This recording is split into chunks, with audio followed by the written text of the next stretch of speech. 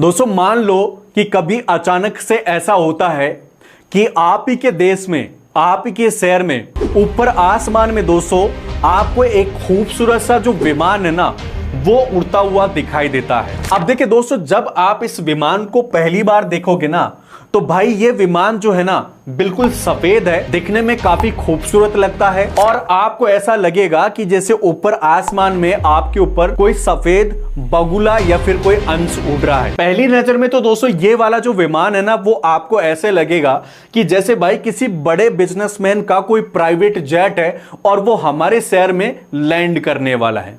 लेकिन दोस्तों मैं आपको एक बात बता दूं, ये जो खूबसूरत सा दिखने वाला विमान है ना दोस्तों, अगर आपने ये जान लिया कि ये जो विमान है ये कितना खतरनाक और कितना डेंजर है ना, तो आपके जो कान है वो खड़े हो जाएंगे और आप अपनी जिंदगी में यही चाहोगे कि भाई ये जो विमान है ना ये मेरे देश में या मेरे शहर में तो कभी नहीं आना चाहिए।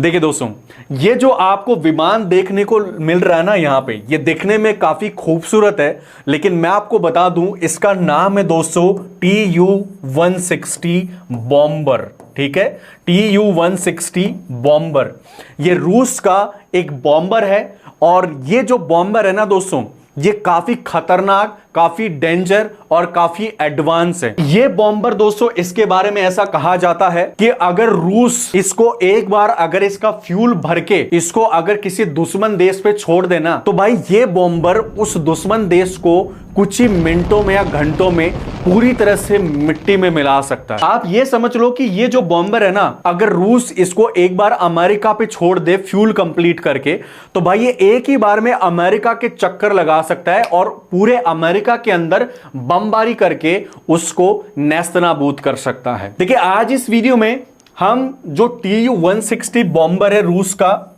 इसी के बारे में जानने वाले हैं। इस वीडियो में हम ये जानेंगे कि रूस का TU-160 जो बॉम्बर है ये कितना खतरनाक है, कितना एडवांस है, कितना पावरफुल है। हम इस वीडियो में इस बॉम्बर के इतिहास के बारे में जानेंगे कि इसको रूस ने क्यों बनाया, क्यों जरूरत पड़ी इसको बनाने की रूस को। साथ ही TU बॉम्बर के कुछ फीचर्स के बारे में हम जानेंगे, इसकी विशेषताओं के बारे में समझेंगे एंड इसके अलावा हम ये भी जानेंगे कि ये जो बॉम्बर है ये किस प्रकार के हथियार ले जा सकता है, किस तरह से किसी देश पे ये अटैक करता है और किस तरह से किसी देश को नेस्तनाबूद कर सकता है। आज हम इस वीडियो में इस TU बॉम्बर के बारे में सारी जानकारी लेने वाले हैं। तो मैं आपसे ये रिक्वेस्ट करूंगा कि अगर आप ये वीडियो देखने में इंटरेस्टेड हैं तो लाइक और शेयर करना इस वीडियो को, एंड तक देखना वीडियो को, और इसी प्रकार के इंटरेस्टिंग और नॉलेजेबल वीडियोस आप लगातार देखना चाहते हो तो चैनल को मिस मत करना, सब्सक्राइब करके बेल आइकन बटन को जरूर प्रेस करना।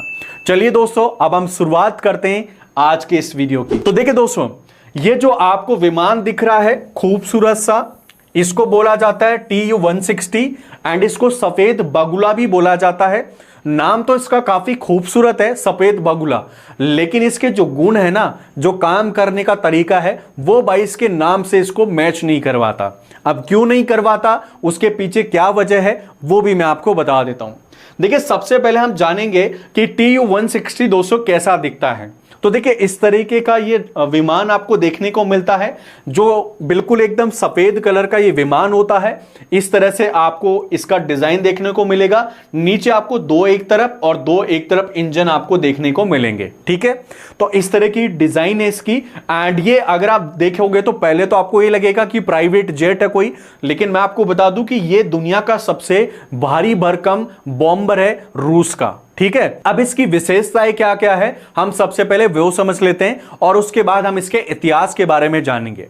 तो देखिए दोस्तों, TU-160 जो बॉम्बर है, सबसे पहले हम इसके बारे में कुछ जो नॉलेजेबल इंफॉर्मेशन है वो ले लेते हैं। तो देखिए दोस्तों, मैं आपको बता दूं इसका जो नाम है वो है दोस्तों TU-160। इसको सफेद बगुला या फिर अंश बोला जाता है। सफेद बगुला क्या है, हमारे देश के अंदर, भारत देश के अंदर एक पंछी होता है दोस्तों, जो हम जब खेत जोतने जाते हैं, हमारे गांव में जब हम खेत जोतते हैं ना तो वहां पे सफेद बगुला आता है और जो कीटाणु वगैरह होते हैं खेतों के अंदर उनको वो खाते हैं। ठीक है, तो सफेद बगुला जैसा ये आपको देखने को मिलता है, इसका नाम भी वैसा ही है। एंड नाटो जो संगठन है उसमें इसको ब्लैक जैक बोला जाता है। ठीक है, अब अगर हम बात करें दोस्तों इसके फर्स्ट फ्लाइट की, इस बॉम्बर को पहली बार बना के कब उड़ाया गया था, तो इसको 18 दिसंबर 1981 में उड़ाया गया था। देखिए 1981, 80 और 70 के आसपास दोस्तों मैं आपको बता दूं दुनिया में ऐसे ऐसे इनोवेशंस हुए थे जो आज तक उनकी टक्कर में कोई और इनोवेशंस नहीं हुए। अगर मैं अमेरिका के B1 और B2 बॉम्बर की बात करूं तो ये भी 1970 के दशक के अंदर ही अमेरिका ने बनाए थे। अगर रूस के डेड हैंड सिस्टम की बात करूं, सोवियत यूनियन ने 1970 के आसपास में ही बनाए थे। तो 1970 के आसपास में दोस्तों एक काफी अच्छा जो है इनोवेशन हुआ था दुनिया में, और इसका पूरा एक इतिहास है कि 1981 में ही इस विमान को क्यों बनाया गया, उसके पीछे रीजन क्या है, उसका एक पूरा इतिहास है। वो इतिहास भी हम आगे समझेंगे, लेकिन उससे पहले हम थोड़ी विशेषताएं और जान लेते हैं, ठीक है। अब दोस्तों अगर हम बात करें ये जो विमान है TU-160, इसकी स्पीड कितनी है।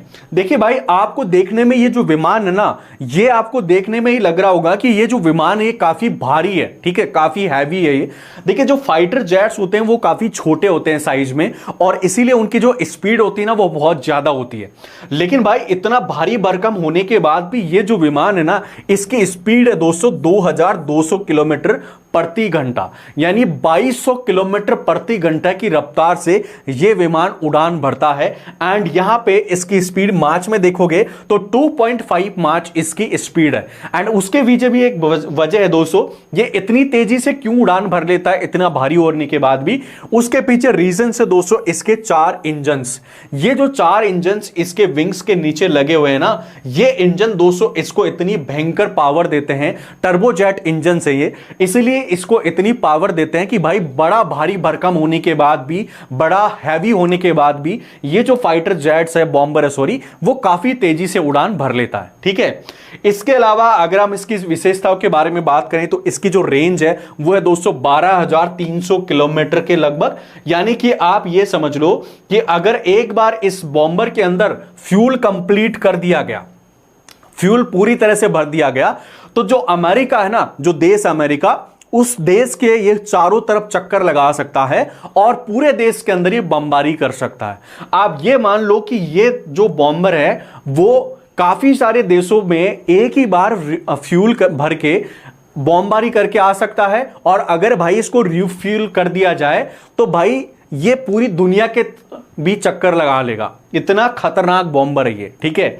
इसके अलावा अगर हम बात करें दोस्तों इसके और फीचर्स की, तो देखिए इसका जो पेलोड है, मतलब पेलोड का मतलब आप ये समझ सकते हो, देखिए 2 तरीके के पेलोड होते हैं किसी भी एक बॉम्बर के अंदर। एक तो खुद का जो वेट होता है वो होता है कि बॉम्बर जो प्लेन है उसका वेट अलग होता है, और एक होता है पेलोड, मतलब ये जो बॉम्बर है वो कितना वजन लेके जा सकता है। तो देखिए भाई ये जो बॉम्बर है ये लगभग अपने अंदर 45,000 किलो का वेट लेके जा सकता है, जिसमें किसी भी प्रकार का बॉम्ब और साथ में मिसाइल भी लेके जा सकता है, ठीक है। इसका वेट अलग है, लेकिन उसके अलावा ये 45,000 किलोग्राम वेट ले जा सकता है, ठीक है। इसके अलावा इसके इंजन्स की बात करें तो इसमें 4 इंजन्स हैं, NK-32 टर्बोफैन इंजन्स लगे इसमें, जो इसको काफी हैवी तरीके से और काफी फास्ट उड़ाने में इसको हेल्प करते हैं। अब इसकी साइज की बात करें तो लंबाई इसकी 54 मीटर है, और ये दुनिया का सबसे बड़ा और भारी जो बॉम्बर है वो माना जाता है। एंड इसके अलावा अगर हम विंग्स की साइज की बात करें तो विंग्स की साइज है दोस्तों 55.7 मीटर, ठीक है। तो ये दोस्तों इस बॉम्बर की खासियत है, और इसके कुछ विशेषताएं हैं जो आई थिंक आपको जाननी चाहिए। एंड ये बॉम्बर भाई अगर आपको कभी देखने को मिल जाए, वैसे तो मिलेगा नहीं है देखने को, क्योंकि रूस ने जब इसको बनाया है उसके बाद दोस्तों अभी तक रूस ने इसका कभी इस्तेमाल किया ही नहीं है। कुछ बार इसका इराक और सीरिया जैसे देशों में रूस ने इस्तेमाल किया है, लेकिन ज्यादातर टाइम दोस्तों रूस का ये बॉम्बर कभी भी इस्तेमाल करने में नहीं आता। जैसे अमेरिका का B2 बॉम्बर अभी ईरान पे इस्तेमाल किया गया था, लेकिन उसको ऐसे ऑपरेशनल नहीं यूज किया जाता, वैसे ही दोस्तों ये जो रूस का TU-160 बॉम्बर है इसको भी कभी कभी भी इस्तेमाल इजीली नहीं किया जाता, क्योंकि ये काफी एडवांस, काफी खतरनाक बॉम्बर्स हैं। अगर नॉर्मली इनको उड़ा के किसी देश पे भाई साहब बॉम्ब गिराने के लिए बोल दिया जाए, तो ये जो विमान है वो उस देश को खत्म करने की ताकत रखते हैं, ठीक है। इसलिए इनको इजीली ऑपरेशनल जो है नहीं किया जाता, ठीक है। अब बात करते हैं दोस्तों हम इसके इतिहास के बारे में, जो काफी इंपॉर्टेंट है, और इसका इतिहास भी दोस्तों काफी बढ़िया है। एंड क्यों बनाया गया था इसको, इस इतिहास के अंदर हम वो समझने की कोशिश करेंगे, ठीक है। देखिए, इसका जो जन्म है ना दोस्तों TU-160 बॉम्बर का, ये कोल्ड वार में हुआ था दोस्तों। कोल्ड वार आपको पता है 1970 के दशक में हुआ था अमेरिका और सोवियत संघ के बीच में, ठीक है। और उसी कोल्ड वार में दोस्तों जो रूस है, मतलब सोवियत संघ है, उसने डेड हैंड सिस्टम बनाया था, इसी प्रकार के बॉम्बर्स बनाए थे। साथ ही दोस्तों अमेरिका ने B-2 B-1 बॉम्बर्स बनाए थे, और कई खतरनाक हाइपरसोनिक्स और कई प्रकार के जो मिसाइल्स हैं, कई प्रकार के न्यूक्लियर वेपन्स हैं, न्यूक्लियर बॉम्ब्स हैं, वो इसी कोल्ड वार के दौरान बनाए गए थे, एक दूसरे देश अपने आप की सुरक्षा करने के लिए, ठीक है। अमेरिका को यह लगता था कि भाई हमारे ऊपर सोवियत संघ जो है आक्रमण कर देगा, और सोवियत संघ को लगता था कि भाई हमारे ऊपर जो है अमेरिका आक्रमण कर देगा। इसी के चक्कर में दोस्तों क्या हुआ कि सोवियत संघ ने एक ऐसा विमान बनाने की कोशिश करी, एक ऐसा बॉम्बर बनाने की कोशिश करी जो एक ही बार उड़ान भर लेगा तो पूरे अमेरिका देश पे बॉम्बारी कर देगा। इतना खतरनाक, इतना हाई स्पीड बॉम्बर होना चाहिए जो अमेरिका के अंदर जाके उसको नेस्तनाबूद कर दे। ऐसा बॉम्बर जो है सोवियत यूनियन ने बनाने की कोशिश की, और इसी के चलते यहां पे TU-160 बॉम्बर का जन्म हुआ कोल्ड वार के दौरान, ठीक है। अगर दोस्तों हम बात करें 1981 में इसकी पहली उड़ान हुई थी, लेकिन 1987 में इसको सेना में शामिल कर लिया गया था, ठीक है। इसके अलावा इसमें अगर हम बात करें क्वांटिटी की, तो जो ये TU-160 बॉम्बर है, इसकी 36 क्वांटिटीज हैं सोवियत यूनियन के पास, सोवियत संघ के पास। लेकिन अगर अभी की बात करें तो अभी रूस के पास सिर्फ 16 से 17 बॉम्बर ही ऑपरेशनल है। अब 16 से 17 बॉम्बर ही क्यों ऑपरेशनल है? देखिए, सोवियत संघ जब टूटा था ना, तो कुछ बॉम्बर्स यूक्रेन में रह गए थे, और यूक्रेन के और यूएस के बीच में एक डील हुई, और उस डील में क्या हुआ कि यूक्रेन ने इन बॉम्बर्स को कटवा दिया, ठीक है, तोड़वा दिया, नेस्तनाबूद कर दिया। लेकिन भाई रूस ने कुछ बॉम्बर्स यूक्रेन से वापस भी परचेज कर लिए, ठीक है। और कुल मिला के अभी रूस के पास लगभग 16 से 17 बॉम्बर्स कुल मिला के अभी ऑपरेशनल है। ऑपरेशनल का मतलब होता है कि इन बॉम्बर को किसी भी देश के ऊपर इस्तेमाल किया जा सकता है, ऑपरेशंस के अंदर इनको यूज किया जा सकता है बॉम्बारी करने के लिए, ठीक है। तो ये इसका इतिहास है दोस्तों। अब अगर हम दोस्तों बात करें इसके डिजाइन्स के बारे में, कि ये जो डिजाइन है इसका बॉम्बर का, ये इस प्रकार का क्यों है, इसके डिजाइन में कौन कौन सी इंपॉर्टेंट चीजें ध्यान में रखी गई है, वो हम समझ लेते हैं। तो देखिए दोस्तों, इसकी डिजाइन के बारे में बात करते हैं। तो इसकी जो डिजाइन है ना दोस्तों, ये है वेरिएबल स्वीप विंग्स डिजाइन। इस डिजाइन में दोस्तों क्या खासियत होती है? देखिए, इस डिजाइन की खासियत होती है कि जब ये प्लेन उड़ता है ना, तो इसके जो विंग्स है वो फैल जाते हैं, इस तरह से फैल जाते हैं ताकि जो प्लेन है वो सही तरीके से जो है टेक ऑफ कर सकें। लेकिन भाई जब ये प्लेन जो है हवा में उड़ता है, ये बॉम्बर जब हवा में उड़ता है, तो इसके जो विंग्स हैं वो इस तरीके से आगे आ जाते हैं या पीछे चले जाते हैं। इससे होता क्या है कि ये विंग्स जब पीछे चले जाते हैं तो इसको रफ्तार तेज मिलने लग जाती है, और ये फास्ट गति से उड़ सकता है आसानी से। लेकिन जब इसको टेक ऑफ और लैंड करना हो तो ये अपने विंग्स फैला लेता है और आसानी से टेक ऑफ और लैंड कर लेता है। अब इसके पीछे वजह यह है कि भाई ये जो बॉम्बर है ये काफी भारी होता है और इसके अंदर वेट भी काफी ज्यादा है, इसलिए इसको इस प्रकार की डिजाइन के तहत बनाया गया था कि किसी भी बॉम्बर को क्रैश होने से बचाया जा सके, ताकि उसके विंग्स पे काम करना जरूरी है, ठीक है। तो इसीलिए इसकी डिजाइन में इस तरीके के विंग्स को फिट किया गया था, ठीक है।